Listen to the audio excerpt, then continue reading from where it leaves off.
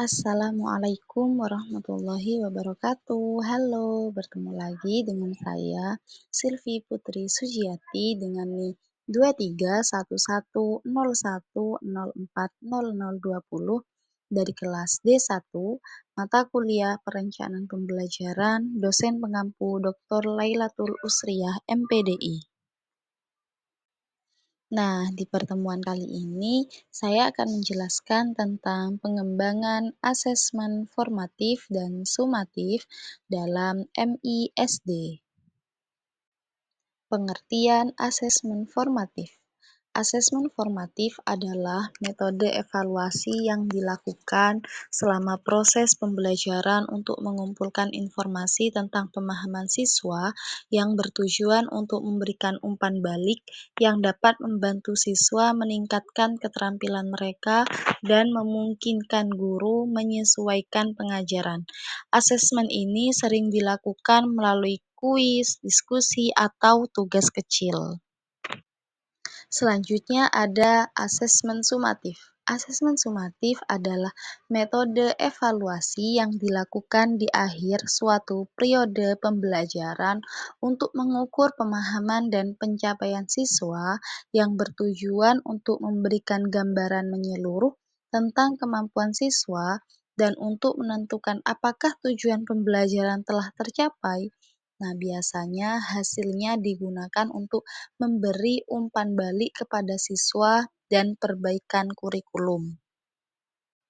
Nah, selanjutnya apa sih fungsi dari asesmen formatif tersebut? Nah, fungsi dari asesmen formatif adalah memberikan umpan balik yang berguna untuk meningkatkan program pembelajaran, mengidentifikasi dan mengurangi kesalahan yang memerlukan perbaikan.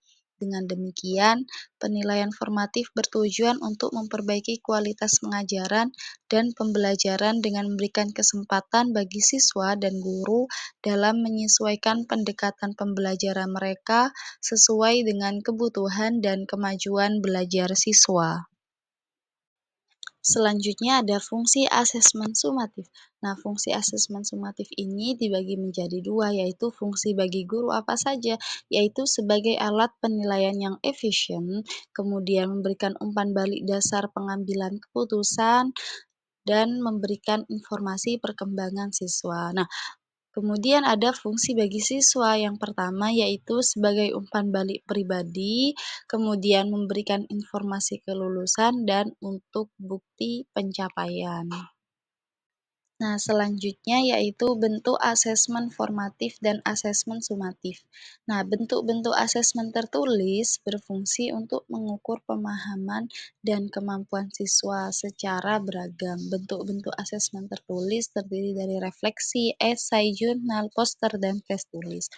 Nah, yang asesmen tidak tertulis itu dalam pendidikan memiliki beragam bentuk seperti diskusi kelas, drama, produk, presentasi, dan tes lisan.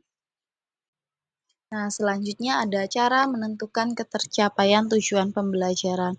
Nah, menentukan ketercapaian tujuan pembelajaran atau KKTP adalah langkah penting dalam proses pendidikan. Ada beberapa pendekatan yang dapat digunakan untuk menilai apakah tujuan pembelajaran telah tercapai. Yang pertama yaitu pendekatan deskripsi. Nah, pendekatan ini melibatkan penentuan serangkaian kriteria yang berkaitan dengan tugas atau proyek yang ingin diukur. Kriteria ini harus jelas dan terukur sehingga dapat memberikan gambaran yang akurat tentang pencapaian siswa. Dengan menggunakan pendekatan deskripsi ini, guru dapat menetapkan standar yang harus dipenuhi oleh siswa untuk dianggap berhasil. Nah, yang kedua yaitu pendekatan rubrik. Rubrik adalah alat penilaian yang menyediakan kriteria spesifik untuk menilai pekerjaan siswa. Dengan menggunakan rubrik, guru dapat memberikan penilaian yang lebih objektif dan terstruktur. Rubrik biasanya mencakup beberapa level pencapaian yang memungkinkan siswa untuk memahami di mana mereka berada dalam proses belajar. Nah, yang terakhir yaitu pendekatan skala dan interval nilai. Pendekatan ini melibatkan penggunaan skala nilai untuk menilai ketercapaian tujuan pembelajaran. Interval nilai membantu dalam memberikan gambaran yang lebih luas tentang performa siswa. Bukan hanya sekedar lulus atau tidak lulus, ini juga memungkinkan guru untuk memberikan umpan balik yang lebih mendetail. Nah, sekian dari saya. Terima kasih dan sampai jumpa. Wassalamualaikum warahmatullahi wabarakatuh.